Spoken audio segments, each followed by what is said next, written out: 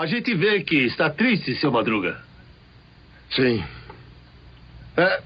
Eu compreendo. É porque não conseguiu trabalho. Ao contrário. É porque consegui. Eu não preciso trabalhar. Meu marido tem 2 empregos. 2! Fala galera, aqui quem fala é o Klaus e esse é o primeiro episódio do podcast 2 Empregos. Estou aqui com meu amigo Caio. Fala galera, beleza? Vamos nessa. Então, Caio, primeiro episódio. Eu acho que antes de tudo a gente tem que explicar pra galera o que o podcast não é. Vamos lá. Com esse nome, a galera pode pensar que esse é um podcast sobre o quê? Sobre coaching, né? Sobre coaching. Não é um podcast de coaching. Se você tá procurando dicas de coaching, não é nesse podcast que você vai encontrar. Pule para o próximo. Pois é. Bom, com relação à parte de me dar dinheiro, se vocês quiserem, podem dar. Claro. Mas a princípio a gente não é coach. E também não é um podcast de dicas profissionais. Então, se você estava procurando melhorar a sua carreira a partir de ensinamentos aí que a gente possa dar pra vocês, eu acho que Não vai rolar. não vai rolar. Se quiser piorar, pode até ser, mas melhorar não é aqui. Também não é um podcast de atualidades do mercado. Não vamos falar das tendências de conteúdo snackable. Não vamos falar da taxa Selic. Meu Deus. Não. Eu nem sei o que é snackable. O que é isso? Ah, é uma... Não é podcast disso. Não precisa falar. Quer saber, vai pesquisar. O negócio é o seguinte, esse podcast vai falar sobre situações engraçadas e desgraçadas do ambiente de trabalho. Aí sim. A gente aqui quer dar risada, trazer convidados, dar risada. Falar sobre o dia a dia, a parte boa do trabalho, que geralmente é aquela hora que você não tá trabalhando. Exatamente. Então, são histórias engraçadas de trabalho. Caio, por exemplo, Exato. nesse programa inaugural, porque esse podcast, vamos combinar, a gente já planejou ele sabendo que vai abalar o Brasil. Isso. Vai fazer com que as pessoas discutam, reflitam e seu tio põe a imagem do olhinho chorando no WhatsApp com a bandeira do Brasil. Exatamente. E por quê? Porque tem histórias incríveis. O Caio já trouxe uma. Acho que antes é até legal a gente falar quem a gente é, né, Caião? Eu começo? Pode começar. Bom, vocês vão saber ao longo do podcast aí que a gente estudou junto, né, Klaus? É verdade. Fizemos graduação juntos, somos relações públicas. O que faz um relações públicas, cara? Dá um bom programa esse aí, É verdade. né? Que talvez ninguém saiba responder. Bom, sou formado em relações públicas e trabalhei um tempo aí nessa área de comunicação e marketing. Trabalhei em agência, trabalhei em uma agência de turismo, mas aí depois exerci por um tempo a função de desempregado, que foi muito gratificante, e depois a função de concurseiro. Ah, que é um emprego mesmo. E é um né? emprego, exatamente. Não é remunerado, talvez te tome mais tempo e dedicação do que um emprego de verdade. E aí depois dessa função de concurseiro eu fui promovido a concursado. Ah lá, Que aí sim, ah lá. aí sim. Agora está mamando nas tetas do Estado. Essa mamata tem que acabar, é muita grana que é jogado fora. Isso aí é você que tá falando. E agora sou concursado, não trabalho na minha área, é bom que se diga, não trabalho na área de comunicação. Trabalho num cargo administrativo, mas mais dentro da área do direito, que é uma área rica em histórias boas. Então acho que ao longo dos programas aí vou ter histórias boas pra contar. Mas e você, Klaus? Conte aí a sua saga. Então, não sei se você sabe, mas a gente estudou junto. Acho que eu lembro de você. Então, aí que tá. Eu sou autônomo, né? E autônomo também é uma área que tem muita história. Porque eu já fiz um pouco de tudo na vida, cara. Eu só não fui engraxate e o tigre do cereal. Mas fora isso, cara... Você sabe quem foi engraxate? O Raul Gil. Pô. Raul Gil. Fiz tudo na vida. Fui engraxate, eu fui engraxate, depois eu fui engraxate. Imagina você ter o seu sapato engraxado pelo Raul Gil, cara. Mas ele foi engraxate enquanto já era apresentador ou não? Ah, eu acho que não. Acho que foi... não sei. Boa pergunta. Mas imagina o Raul, você chega, visualiza essa cena. Que eu acho que o espírito desse podcast é esse. Em vez de eu falar o que você me pediu, eu vou falar do Raul Gil engraxado. Lógico. E ele chega, ajoelha na sua frente, aí ele vê uma mancha no seu sapato e fala... Xiii! Não, acho que o mais legal seria ele perguntar de onde você veio e você falar que veio de Itacoaquecetuba. Nossa! Né? Aí ele fica louco. Quer ver o Raul Gil enlouquecer? Falar o nome de cidade complicado. Nossa. Cara, eu acho que o meu primeiro trabalho mesmo, cara, foi formatando computadores. Clássico. Eu fiz aquele clássico curso de montagem e manutenção de micros. E aí saí por aí fazendo os Windows XP da galera, inclusive de escritório de advocacia. Provavelmente é aquele cara que o pessoal pedia pra formatar de graça, né? Ah, pedia muito, se pede muito. Eu só atuei em profissões que as pessoas pedem muito favor. Claro. Design lógico, é isso. Ah, desenho não é aqui nada um convitinho complicado, pra mim. né? Isso aí é rapidinho, coisa simples, 5 minutos. Trabalhei formatação também. Ah, você não pode dar uma olhadinha no meu computador? O cara aparece com o computador onde quer que você esteja. Você tá na igreja, o cara vem com um CPU embaixo do braço. E também trabalhei com produções humorísticas, com locução, até show em barzinho eu já fiz, por incrível que pareça. Eu lembro das suas apresentações da faculdade, abertura de eventos. É verdade. Dá pra ser citado aqui, inclusive. E aí, cara, assim, eu trabalhava com manutenção de micros pra fazer uma graninha e tal, durante a época do cursinho, passei no vestibular, fui pra área de comunicação. E aí, depois que eu me formei, eu atuei basicamente como designer gráfico, produtor de vídeos e com marketing digital. Então, eu ainda faço um pouco de tudo hoje em dia, mas esse tudo pelo menos é dentro da comunicação, porque até então era tudo mesmo. Mas, Caio, comece com histórias do seu trabalho, que acho que essas é que vão fazer sucesso. Curso de máquina lavar roupa e geladeira. Se eu hoje em dia quiser viver disso, eu vou ganhar no mínimo uns 12 mil por mês.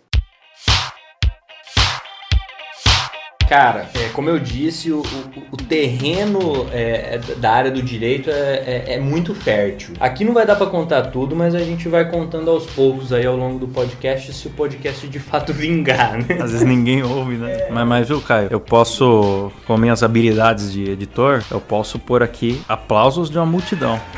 Então, antes, se ninguém ouvir, a gente não se sente sozinho. Olha só, ó. Nossa, mas para, gente.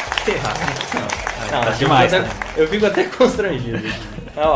Eu separei uma história aqui, porque assim, quando você entra para a área do direito, e eu trabalho em um fórum, né, onde tudo de bom e tudo de ruim do direito tá ali reunido, né, então tem ali o advogado mala, né, a gente vê réu preso todos os dias, é um ambiente, né, maravilhoso. Mas o ápice do direito é o tribunal do júri. Você sabe o que é o tribunal do júri ou não, Klaus? Vou dar uma breve explicação aqui. O tribunal do júri é um tribunal que julga crimes dolosos contra a vida. Então, por exemplo, se eu te matar aqui de forma intencional, eu vou ser julgado por um tribunal do júri. Mas se você me matar sem querer, não? Não, sem querer não, porque aí é culposo. Aí não. Aí é só um juiz. Aí já cai no artigo jacaré. Isso, exatamente. Aí é absolvido, né? Tá. Não, basicamente o tribunal do júri, ele é formado por 7 cidadãos comuns. E esse é que é o legal. Cidadão de bem, cidadão exatamente. Trabalhador. Exatamente. Então, o cidadão comum, são 7 cidadãos comuns julgando a vida de uma pessoa. É um grupo de WhatsApp, sua vida. Isso, é sensacional. É sensacional, porque o juiz, ele não tem poder nenhum no tribunal do júri. Ele não tem o poder de te absolver. Essa eu não sabia. Então, o que acontece? Vira um circo, porque de um lado, o promotor que está acusando o réu, ele tem que convencer essas 7 pessoas de que ele é culpado. E o advogado, por outro lado, tem que convencer essas 7 pessoas de que o cara é inocente ou que, ao menos, não merece uma pena tão pesada, vamos dizer assim. E isso vira um circo, porque você pode usar de qualquer atributo. Porque é vagabundo, tem que matar, tem que dar tiro, pô. Você vê de tudo. Aí eu fiquei ansiosíssimo para o primeiro júri que eu ia presenciar como funcionário do fórum. Eu fiquei muito ansioso por esse momento. E de fato valeu a ansiedade, porque nesse primeiro júri era um caso muito simples, um caso que acontece aí corriqueiro, em todo lugar tem, que foi um cara matou o outro a pauladas. Nossa. A toda esquina a gente vê. Como diria o Celso Portiolli, o pau torou. O pau torou. E aí o que acontece? Esse cara que morreu era o amante da esposa do cara que matou. É o caso da Tenístico. Isso. Mas foi pra imprensa? Você não sabe? Não, cidade pequena não sai muito essas coisas. Então o pessoal da cidade ali sabia, mas a grande mídia não tem contato. Mas aí o que acontece? O cara matou o outro a pauladas. Só que é o seguinte, a mulher do cara dizia que já estava separada dele. Então ela não estava traindo ele. ela já tava separada. Então, beleza, esse é o caso. Aí foi lá o promotor tentar convencer os jurados, né, de que o cara é culpado. E aí é muito comum que o promotor utilize até palavras duras contra o réu, né, que é pra ele ficar muito mal visto pelos jurados, né? E aí foi lá o promotor e falou: este homem aqui é um agressor de mulheres. Porque anteriormente a mulher tinha falado que ele já tinha sido agressivo com ela. Certo. E aí foi lá: este homem aqui é um bêbado, alcoólatra. Porque inclusive o cara tinha confessado que E eles gritam mesmo. Gritam, porque você tem que ser enfático Que pra espetáculo. convencer. É um espetáculo. É um espetáculo, maravilhoso. É melhor que um jogo de futebol. E com dá pra certeza. comprar ingresso e ir lá assistir. Você assiste de graça, esse é que é o melhor. Pô, como é que eu não fico sabendo Você assiste disso, de cara? Eu graça. preciso ir um dia. Você Me assiste de avisa. graça. Eu acho que aqui deve ter toda semana. Mas enfim, o promotor foi lá e desceu o pau no cara. Daí eu lá assistindo falei: caralho, mano. E eu olhava pro cara, o cara tá lá assistindo junto, cabeça baixa e tal. Falei: não, mas agora vai vir um advogado e vai defender ele, né? Pensei que é a função dele. Só que o que acontece? O advogado, ele não pode fingir que o cara é inocente. Todo mundo sabia que o cara tinha cacetado o outro. Então o que ele tenta? Ele tenta justificar o porquê que ele agrediu o cara Tava pauladas. sob forte emoção. Exatamente. Aí é que tá. Mas eu, na minha cabeça, pensei: agora o advogado vai lá falar: ó, o cara é uma boa pessoa. Educou seus filhos. Exatamente. Chegou o advogado, foi lá e falou: eu vou falar a verdade pra vocês. Este homem aqui que vocês estão vendo, ele foi acusado hoje aqui de ser bêbado, de ser agressor de mulheres, mas eu vou falar o que ele é. Sabe o que ele é? Ele é corno! Corno! Falou! Corno! Virou pra cada um dos jurados e falou: vocês já foram cornos! Aí eu falei: meu Deus, o que esse cara tá fazendo? Eu achei que era pra limpar a imagem do cara. O cara tá chamando o cara de corno em alto e bom tom, né? Por fim, o que aconteceu? Os jurados julgaram o cara de fato culpado pelo crime, né? Não tinha nenhuma dúvida. O juiz condenou ele lá, não lembro exatamente há quanto tempo de pena, mas acho que entre 10 e 12 anos de prisão e tudo mais. Mas o que me veio na cabeça foi o seguinte, cara. Eu falei: puta que pariu. O cara foi chamado de bêbado, agressor de mulheres, corno diante de toda a sociedade e ainda assim saiu com mais 10, 12 anos de cadeia. Puta que pariu. Eu não sei o que é pior, cumprir a pena ou essa desmoralização, inclusive por parte do advogado. Eu acho que isso faz parte da pena. Tem isso. Não sei qual pena é maior, mas enfim, isso me marcou bastante, porque é aí que eu vi que É engraçado que o advogado defende o cara igual o professor Girafales defendendo o seu Madruga, né? Mas é que devem levar em conta que se trata de um indivíduo sem nenhum preparo.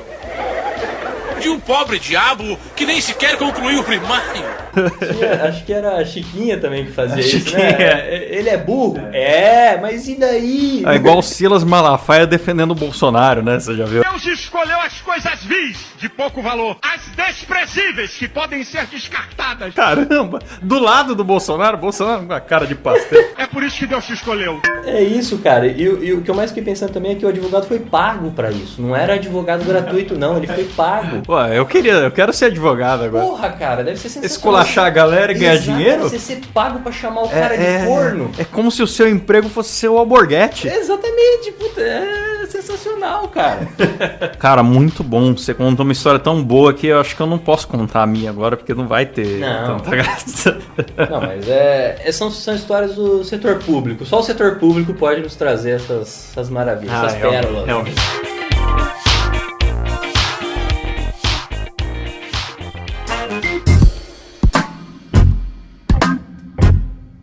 Cara, quando eu tava lá na minha fase, né, com meus 18 anos ali, consertando o computador, fazendo cursinho, querendo entrar na faculdade e tal, eu tinha já meu lado artístico, né, fazia umas aulinhas aí de radioteatro. Já imitava o Silvio. Já fazia várias imitações, na verdade, né? Eu imitava, por exemplo, a Dercy Gonçalves. Boa. Só que tinha um problema, porque nessa época eu era muito da igreja, e aí não dá pra você... Pra imitar a Dercy, sendo da igreja... Imitar a Dercy, ser crente não combina, cara. Caroço! Não dá. Imagina, cara, Dercy Gonçalves crente. Tá amarrado, pô. É um negócio... Não dá. Não dá. Aí, cara, aí a Dercy morreu, né? Demorou, né? Eu tinha várias imitações. Dercy morreu. Eu falei, tudo bem, eu já tenho 253 anos. Faz parte. Eu imitava também o Lombardi, né? Ok, Silvio, todo domingo mal da casa aqui no Roda Roda Padrão. Aí o Lombardi morreu. Morreu também. Eu imitava também o Gil Gomes. Gil Gomes Impressionante história. Ele morreu. Mas é recente, né? Ele morreu recente. Mais recente ainda, morreu o Marcelo Rezende, que eu também imitava. Pergunto pro senhor e pra senhora neste momento, ó, corta aqui pra mim. Aí ele morreu. E eu comecei a pensar, deve ser alguma coisa comigo. Eu quero aqui me certificar de que você nunca consiga me imitar. Imitava ali o Paulo Henrique Amorim. Puta merda. Morreu também. Olá, tudo bem? Boa noite, boa sorte. Aí o Paulo Henrique Amorim morreu. Aí eu imitava também o Padre Quevedo. Ressonou existe. Aí morreu e hoje ele é um fantasma, apesar que ele não acreditava em fantasma. Eu fiz uma sessão espírita, conversei com ele e ele falou, realmente eu estava enganado, fantasma existe sim, e Saci também é um cadeirante. Eu percebi que todo mundo que eu imitava tava morrendo. Aí hoje eu tô imitando o Bolsonaro. Você começou a imitar ele tomou uma facada, não foi? Então, já na época que eu tava treinando aí.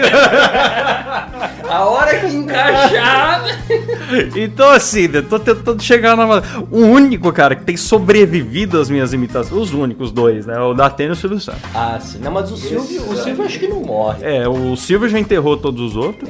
O Silvio não. E o Datena também é difícil porque ele tá sempre antenado na criminalidade. Então é muito difícil ele morrer. Vai ser de causas naturais, certamente. Então, cara, daí nessa época que eu tava nessa de ganhar uma grana e tal, eu comecei a fazer aula de rádio e teatro e descobri uma galera que fazia umas apresentações no auge do stand-up. Quando teve a moda, que todo mundo fazia stand-up e tal, descobri uma galera que se apresentava em barzinho. A galera, Rafinha Bastos... mais ou menos, acho que mais ou menos nessa época. E aí, só que não era stand-up, porque stand-up tava saturado, assim, todo lugar tinha alguém fazer stand-up. E os caras faziam um negócio mais Terça Insana, assim, com personagem. Personificado. Eu falei, pô, legal, gostei disso aí e tal, quero participar. Só que era um negócio amador, o cara fazia no bar de um amigo ali e tal. Eu falei, vamos tentar dar um up no negócio. Aí a gente pegou um dinheiro do bolso, mandou imprimir uns flyers e tal, que ia ser o primeiro grupo de comédia de Rio Claro. Aí, cara, era uma terça-feira, a gente foi num barzinho super pequeno, cabia ali umas 70 pessoas. A gente enfiou 100 ali, tipo, a galera ficou em pé e tal. A gente realmente divulgou com pertinácia e afim. E a gente ensaiou tal, de fazer. Alguns números eram compartilhados. Então, por exemplo, eu tinha um personagem meu que era um padre, e aí tinha um cara que me entrevistava sendo padre e tal, e era um padre bem chatão. Os meus... E era uma coisa meio inspirada no Quevedo, assim. Meus fiéis, a congregação lá reclama de tudo. Padre, não pode passar a mão na minha filha, essas coisas assim. Eu não entendo, gente muito estúpida. E aí tinha um colega que fazia um médico e tudo que ele... Todas as orientações que ele dava acabavam em fezes. Então ele ia falar dos 5 sentidos. Aí, pra que serve a visão? Pra você não pisar no cocô. E o tato, é pra você não pegar em fezes. Ele dava uma aula. Além de mim, tinha um outro cara que fazia imitações. Ele fazia o Lula, fazia discurso do Lula e tal. E aí a gente fazia essas apresentações, fez umas 3 vezes só. Nem chegava, cara, a ganhar dinheiro mesmo. O que acontecia é que a gente bebia de graça, se divertia. Tipo, teve uma marca de cerveja que entrou patrocinando, o dono do bar dava uma participaçãozinha do cover, a gente dividia entre a gente, mas só pagava os folder ali e pronto. Eu entendo perfeitamente, porque eu tive banda, né, por um tempo, você sabe disso. Os nossos cachês eram assim também, era, você entra e bebe cerveja de graça. E aí já tava bom. Legal. Porque a intenção era se divertir ali no palco, que acredito que pra vocês é a mesma coisa. E a gente se divertia muito, descia do palco super animado e tal. Aí dessas, uma vez, teve um cara que não gostou muito da apresentação e ele começou a comentar, né, com quem tava do lado. Mas durante a apresentação ou depois da apresentação? Durante, assim, tô gostando desses caras não sei o que. Mas quem tava do lado era minha mãe. Puta que pariu! E ela ficou sentidíssima. Pistola. Porque eu mesmo, eu sei que, tipo, tem um outro cara que não vai gostar. Uma vez eu fiz uma piada, eu fazia imitação de Silvio, eu fazia um Silvio meio megalomaníaco, assim, que ficava fazendo piada de pobre. Eu não gosto de pobre. Pobre, eu finjo que eu gosto porque eles me amam. Mas eu jogo a nota de 6 só pra ver eles se matando. E eu fazia umas coisas assim. Aí um dia eu fiz uma piada, acho que foi de Corinthians. Falei, eu até falo que eu sou corintiano, porque pobre acaba me amando mais. Aí o cara me xingou, né? Mas eu tava acostumado. Você tem um, sabe? Aí o cara chegou e falou, boca suja, sem vergonha. E a galera riu mais e boa. Mas minha mãe, cara, aquele cara ficou remoendo a parada durante a semana, tá ligado? E a gente chamava os engravatados, que a gente falava, a gente precisa de uma coisa nossa. E aí a gente usou gravata colorida. E às vezes com roupa que nem tinha nada a ver com gravata, mas a gente usava gravata caracterizar colorida. o grupo. Caracterizar o grupo. E aí, cara, a gente um dia decidiu viajar junto pra ver o show do Melhores do Mundo. Vamos lá ver os caras, tá? Aquela coisa, aquele espírito todo de equipe e tal. Fomos lá no show do Melhores do Mundo, assistimos o teatro em Campinas. A gente deu muita risada, foi tudo muito legal, tal. Ficamos no final, até depois do final, pra tentar ver os atores. Aí o Giovanni, que é o cara que fazia o Rei César, tal, veio, deu um abraço na gente lá. E aí eu comentei, a gente tem um grupo de comédia, tá começando. Eu tava naquela empolgação. Ele, cara, é assim mesmo. A primeira vez que eu fiz, porque os caras são famosos no Brasil inteiro. Sim. Primeira vez que eu fiz, cara, a gente fez de graça, tava chovendo, a gente fez num lugar que vendia churros, não sei o que lá e tal. Foi super simples, cara, mas daqui a pouco vocês estão aí, fazendo sucesso. Cara, foi ele falar isso que a gente nunca mais fez nenhuma apresentação. Acabou ali o cara desceu a zica ali, né? Desceu. Mas talvez isso aí tenha sido uma sabotagem, cara. Você não acha? Com medo que ele se da sentiu ameaçado, talvez? Pode ser. Eu acho que é isso, cara. E aí, cara, mas acabou que um tava trabalhando em outra cidade, aí depois eu passei no vestibular. Aí arrumaram o trabalho de verdade, é isso? Isso. Aí a gente foi fazer outras coisas, só que durante um ano inteiro, a galera ficou naquele saudosismo, vamos ensaiar. Eu já tava morando fora. Eu sei como vamos marcar um ensaio pra gente fazer mais uma. E nunca rolou, tá ligado? Ficou uns 2 anos nessa coisa assim, cara, vamos isso combinar. Aí tá tipo o reencontro do Friends, isso aí. Já faz 20 anos que vai ter o reencontro do Friends. Parece que vai ter agora. Vai ter mesmo? Cara, é boato, né? O meu encontro de ensino médio, ele demorou uns 8 anos pra acontecer. Bom, pô. Eu tive da 8ª série recentemente, até foi bom. Foi da 8ª série, cara. Mas era uma turma que vinha junto desde sempre, assim. E aí na 8ª alguns já saíram e tal, mas a gente se reuniu recentemente, foi muito bom. Muita gente. Será que hoje em dia tem mais reencontro? Porque na minha época, o que acontecia é que, assim, eu entrei na faculdade em 2011, né, junto com você. Sim. O Orkut estava morrendo e o Facebook estava ficando popular. Então, as pessoas que a gente tinha contato no ensino médio, que era 2010 pra trás, no meu caso ainda que fiz cursinho, demorei um pouco pra entrar, foi 2008 pra trás. A gente realmente não sabia mais dela. Você não tinha ela adicionada na rede perdeu social. nessa transição aí. Meio que os poucos que você tinha, porque aí tinha Orkut, não sei o que lá e tal, mas mesmo o Orkut não era tão eficiente, porque não tinha amizades sugeridas, então nem todo mundo que você conhecia você tinha no Orkut. Era um ou outro. Hoje em dia você tem todo mundo que você conhece no Facebook e mais uma galera que você nem conhece. Mas antes era o contrário. Então, pra marcar um reencontro, mesmo que você quisesse muito, não tinha como. Mas será que hoje em dia a galera se reencontra mais? Cara, eu tenho uma história sensacional disso. Foi o meu tio, ele estudou o ensino médio todo aqui em Bauru. Hoje ele mora em Minas Gerais. E ele veio pra cá no reencontro da 8ª série dele. E ele veio de Minas Gerais, pegou o avião em BH e tal, e veio pra Bauru e tal. E no avião pra Bauru, sentou uma mulher do lado dele. E aí eles começaram a trocar ideia e tal. Daí ele perguntou pra ela, o que você tá indo fazer em Bauru? Tal. Ela falou, eu tô indo num reencontro da minha escola. Aí ele falou, não é possível. Eu também. Aí, quando me contaram essa história, eu até achei que fosse do mesmo reencontro. Mas não, eram da mesma escola, anos diferentes. Caramba, cara. É uma puta coincidência. E no fim, ela era ninguém menos que Albert Einstein. Albert Einstein. E o meu tio, o Alexandre Frota.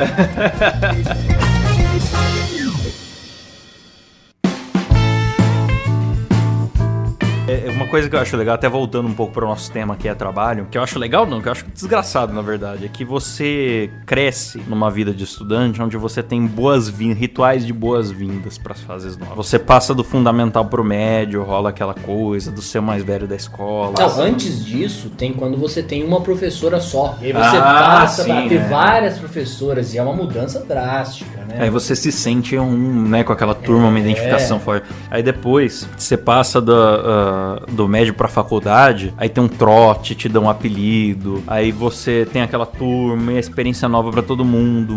No nosso caso que a gente fez pública, muita gente que tá se mudando pra cidade naquele momento, né? E todo mundo na mesma situação, né? Aí, cara, rola aquela familiaridade e tal. Sempre tem esses rituais, né? A formatura, depois as boas-vindas, depois o trote, depois qualquer coisa. Aí quando você termina isso, que você se forma na faculdade, você é vomitado no mundo e acabou. Ninguém vai te dar bem-vindo ao mercado de trabalho, vamos fazer um trote, vamos raspar o cabelo. Não, acabou, você não conhece mais ninguém. Meio que não importa. E a sua vida fica meio desgraçada. Você fala, ih, caraca, e agora? Aí vem aquela depressão pós-faculdade que a galera tem.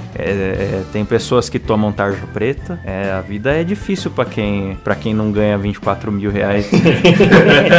Não, mas tem gente que ganha menos de 24 mil reais? É difícil, né? Um ou outro tem. A gente tá zoando por causa daquele procurador de Minas Gerais. Depois o Caio vai contar. Depois a gente põe a fala na íntegra. Pra você que ganha menos de 24 mil reais. Eu viajei, mas minha história basicamente foi que um dos meus primeiros trabalhos depois de formatar computador foi um grupo de comédia e ele fracassou.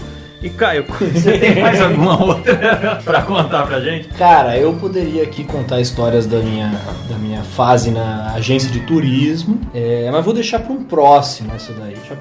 Porque a área do direito é mais fértil. Eu comecei pelo ápice aqui, que é o júri, né? O tribunal do júri é o ápice do direito, é aquilo que todo mundo espera. Mas, antes disso, tem as audiências, né? As audiências que, até casos de tribunal do júri, passam por audiências antes e casos menores já são resolvidos em audiência. E uma história de audiência sensacional que eu ouvi, que foi o seguinte: o advogado, às vezes ele é meio que jogado na audiência porque ele tá lá de graça, né? Ele não é um advogado pago, ele é conveniado, né, digamos assim. Então o que acontece? Às vezes ele não tá muito por dentro do caso. Já tô rouco, já tô rouco. Toma mais cerveja. É de gritar corno.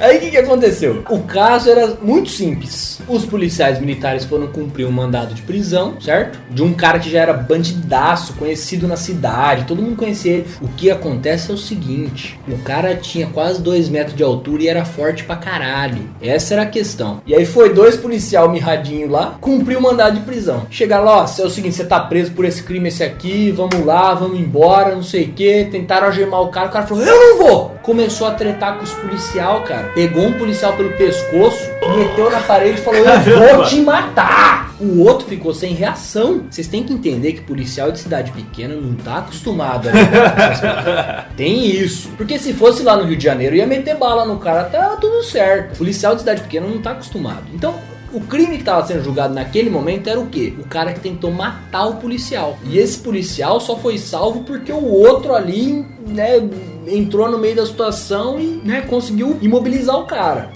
Aí beleza, entrou lá pra depor na audiência. Esse policial, não o que foi ameaçado de morte, quase morreu, mas o que salvou, entrou como testemunha. Entrou lá na audiência, aí o advogado de defesa do cara que tentou matar o outro policial começou a questionar ele. E veja bem, o policial, é muito normal que ele vá pra audiência no meio do expediente. Então ele vai fardado pra audiência. Fardado, armado. Nesse dia em especial, o cara tava armado com um fuzil. Então o policial entrou... É normal isso. É normal. Ele entrou na audiência armado com um fuzil. Pois bem, o advogado foi lá, virou pra ele, pensou pra perguntar, falou, viu, o senhor anda armado? Aí o policial meio que olhou pra si mesmo, assim, ficou em dúvida. Olhou pro juiz, meio que assim, será que eu respondo, né? Falou, ando. Defina a arma. O que é uma arma? Eu sou policial militar, né? Aí o advogado teve a grande sacada, falou, então quer dizer que o senhor trabalha armado? Aí ele, como eu disse, eu sou policial militar. Aí o policial falou, o advogado virou e falou, encerro por aqui, excelência. Aí ficou aquela... Qual que é a Ficou aquela situação, eu falei, cara, o que esse advogado tá pensando? E digo mais, e foi embora, né? Ele tá pensando que o juiz vai olhar e falar, não, realmente, o policial tava armado, então o cara tem que ser absolvido. Enfim, eu não sei. Eu sei que foi bizarro o cara com a farda e um fuzil e o advogado perguntando se ele anda armado e se ele trabalha armado. Conclusão, o cara foi julgado culpado lá, lá, respondeu no tribunal do júri depois. Legal. Esse até que não foi tão fantasioso, mas foi considerado culpado e tá cumprindo pena aí. Não só por isso, inclusive no dia desse júri, o promotor foi lá e teve uma técnica maravilhosa, como eu disse, o tribunal do júri é um circo, né? Imprimiu a ficha criminal desse cara toda e montou, sabe aquelas cartas que fã de Sandy Júnior mandava? Você montou um rolo. Montou um rolo, que era a ficha criminal dele e abriu no plenário do júri. Vamos ver o histórico desse rapaz. Plau! Cara, acho que tinha uns 3 metros. Ele colou uma folha na outra, bicho. assim, então... Mas foi Arial 12? Cara, foi a letra normal. Foi normal, não se você entra lá no sistema, baixa e imprime, é a letra normal, ele não manipulou nada. Porque comigo fizeram PowerPoint. É. Botaram um monte de crime lá e botaram a seta apontando pra mim. Às vezes o criminoso, ele tem histórico. Às vezes o cara hoje, ele tá agredindo alguém e ontem ele tava hoje da maconha, a grande realidade. Ou fazendo ocultação de cadáver.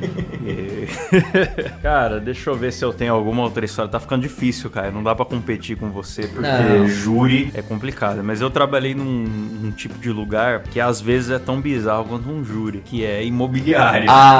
Trabalhei com marketing de imobiliário há alguns anos. Inclusive, nessa minha vida de autônomo e imitador de Silvio e marketing, vídeos e tal, foi o meu único trabalho de escritório mesmo, de todos os dias usar sapato, essas coisas assim. Mas isso aí é a minha vida. Aí... Acho que eu só trabalhei em trabalho de escritório. E o que acontece com a imobiliária? A imobiliária, né, você tem pessoas que vão lá pra comprar um imóvel, que é aquela relação pontual. Cheguei, comprei, fui embora e vivi minha vida lá. Agora você tem a relação mágica entre proprietários e inquilinos, que ela é duradoura e ela nos propicia com pérolas de sapiência. Então, cara, era muito comum, o proprietário dificilmente é um cara de 25 anos. O proprietário de imóveis, ele é o tiozão. Só se for um herdeiro. Normalmente é o tiozão. Claro. O tiozão que tira foto de óculos escuros dentro do carro. Exatamente. Que bota lá a bandeira do Brasil, faz aquela cara marrenta, que às vezes pratica um jiu-jitsu quando tá naquela crise de meia-idade. O famoso Jorgito. É o Jorgito. E o tiozão, às vezes eles tinham uns estresses com os inquilinos que não faziam sentido, nem era digno de ser levado pra imobiliária, porque era picuinha, tá ligado? Qual é que é? Mas aí o cara acha que você não tem mais nenhum problema pra resolver, né? E aparece lá. Então eu percebia que tinha mais o caráter de desabafo do que realmente de usar algum serviço da imobiliária. E entravam senhores lá, por exemplo, teve um senhor que entrou lá, que ele tava muito triste, porque um dia ele tava tomando cerveja, e aí depois que ele já tava um pouco alto, ele encontrou o inquilino pediu um desconto no aluguel, e ele deu o desconto porque tá bêbado. Claro. Mas depois se arrependeu. Aí ele entra lá, conversa com o pessoal da administração, né, não vou citar nomes aqui, mas ele fala: ai, dona fulana, nunca mais eu tomo cerveja. O cara... E fica alugando no escritório com esse papo. ou se não, teve o senhor já idoso. Peraí, você avisou ele que dá pra tomar cerveja sem dar desconto? Sem dar desconto. Mas no fim eu tenho certeza que ele já tomou muito mais cerveja. Porque todo mundo que fala que nunca mais vai beber, sempre bebe. Claro. Uma outra história é de um senhor já idoso que entrou lá e ele tinha muita raiva do inquilino. Eu não gosto desse cara, eu quero despejar esse cara, mas ele não tinha um bom motivo. E ele sempre reclama: não, eu não gosto, o cara é metido, porque o cara passa lá na rua e faz não sei o que, e nunca tinha um bom motivo. Aí ele começou, de repente, o cara começou a frequentar a mesma igreja que ele. O inquilino. O inquilino. E começou a trocar ideia com o padre e ficar amigo do padre. E esse senhor começou a ficar pistola, porque ele tinha ciúme do padre. Puta merda. Quem que ele acha que é? Senta no primeira cadeira... E eventualmente ele despejou o cara, que era um inquilino bom, pagava em dia. Por ciúme do padre. Por ciúme do padre. O cara fica depois do culto lá conversando, senta na primeira cadeira. Quem que ele acha que é? Tá o tempo todo lá e não sei o que, pistola. O que será que esse padre fazia pra ele ficar com ciúme, né? Não sei, né, cara? Não sei. É estranho isso aí. Quem sou eu pra acusar o padre? Não vou acusar o padre nem o idoso, porque a gente gente tem que respeitar o padre e o idoso e que muitas vezes são a mesma pessoa. Mas, cara, imobiliário era isso, era um desabafo constante, dava vontade de pegar a sala da administração, que é onde cuidava lá dos inquilinos e tal, e botar uma placa psiquiatria. Porque mais da metade, eu me arrisco a dizer que 58,3% do pessoal que entrava lá não era pra realmente tratar das contas do imóvel, nem de algum vazamento, algum problema hidráulico, nem nada. Era pra desabafar. Ah, sim. A galera entrava lá, desabafava. Às vezes, meio que tentava maquiar o desabafo com algum problema do imóvel. Já aconteceu de um cara entrar lá e dizer que tava tomando medicação tarja preta de estresse que ele tava por causa de um vazamento no encanamento do prédio. Já aconteceu. Mas ele espera que você dê a solução, inclusive, né? Eu não sei o que eles esperam, na verdade. Se é um tapinha nas costas. Às vezes só quer falar mesmo. Eu acho que é um tapinha nas costas num café expresso. Eu te entendo. Fala, seu Jarcinho, é difícil mesmo, né? Eita. Essa vida de ter imóveis e alugar é muito complicado. Assim. Não é qualquer um, né, que consegue coordenar imóveis. É um negócio... Tá louco. Deus me livre. Não. Imagina, que isso, ganhar dinheiro todo mês com... sem fazer nada. Renda passiva, assim? Não, só dor de cabeça. Não, que isso.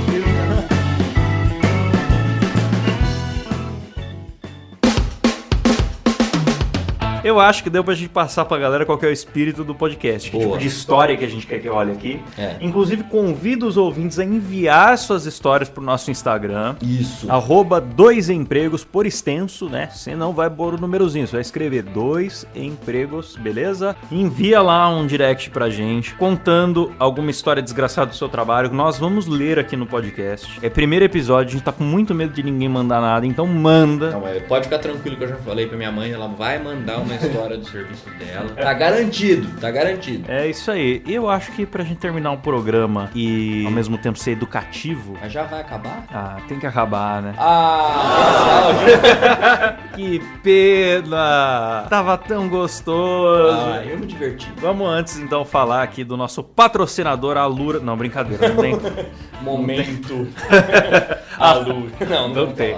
Não tem Alura, mas Alura, ó, pega a gente no começo que tá barato, porque depois que a gente for bilionários do ramo do podcast, vocês vão voltar chorando dizendo que queria patrocinar. Estamos aceitando qualquer coisa agora, hein? Pois é, não custa nada dar um momento Alura pra gente, com um fardo de cerveja, a gente grava 10 programas. Exatamente. E aí, Caio, vamos terminar pra cima com uma reflexão do dia. Traz aí pra... eu quero que todo programa a gente traga uma reflexão. Traz claro, que é pra você, ouvinte, não sair daqui vazio, né? Então você vai sair daqui carregado de boas energias. Olha que bonito. Né? Carregado de... Bom, a gente falou que não ia ter coaching, mas ó, querendo ou não, a pessoa vai sair daqui com... Vai sair encoxada. Vai. Vai sair com uma lição pra sua vida. Vou colocar aqui, ó, a frase do procurador de Minas Gerais, que, coitado, é algo que acontece com todo mundo. Ele acabou que tava reclamando. Pera aí, música triste, música triste. Tava reclamando de viver com um salário de apenas 24 mil reais. Triste. Então, assim, aposto que você, ouvinte, também passa por esse drama, ou não. Será que tem gente que vive com menos de 24 mil reais? Eu fico emocionado, cara. Calma, Klaus. Eu fico porque... Calma, Klaus. Só 24 mil reais, cara. O cara, às vezes, tem filho, entendeu? Não, ele falou, ele tem filho e esposa. Quer dizer, é uma guerreiro. Um guerreiro. Força, eu esqueci o nome dele. Força ao procurador de Minas Gerais. Fiquem aí com as frases dele pra, quem sabe, incentivar vocês aí a poderem ganhar mais do que isso, que é o que todo ser humano merece. É o mínimo. Como é que o cara vai viver com 24 mil reais? Eu, de qualquer forma, já tô baixando meu padrão de vida bruscamente, mas eu vou sobreviver. E não é porque eu sou perdulário, não. É pra manter o meu patrimônio. Que eu pago 4.500 de condomínio e IPTU por mês. Eu, infelizmente, não tenho origem humilde. Eu quero saber se nós, ano que vem, nós vamos continuar nessa situação, nessa miséria aí. Eu tô fazendo minha parte. Eu tô deixando de gastar 20 mil de cartão de crédito, tô passando a gastar 8. Estamos vivendo à base de comprimido, à base de antidepressivo. Alguma coisa tem que ser feita. Nós vamos virar pedinte quase.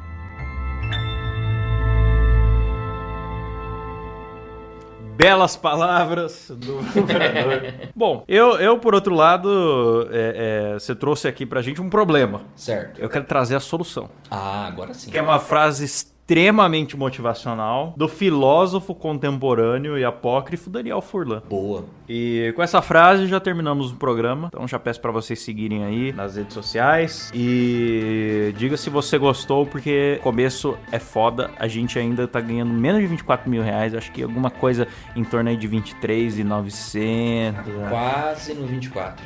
Então tá muito difícil a vida pra gente. Então comenta aí dando o seu apoio. Fico com essa frase maravilhosa de Daniel Furlan, beleza? Um abraço e falou!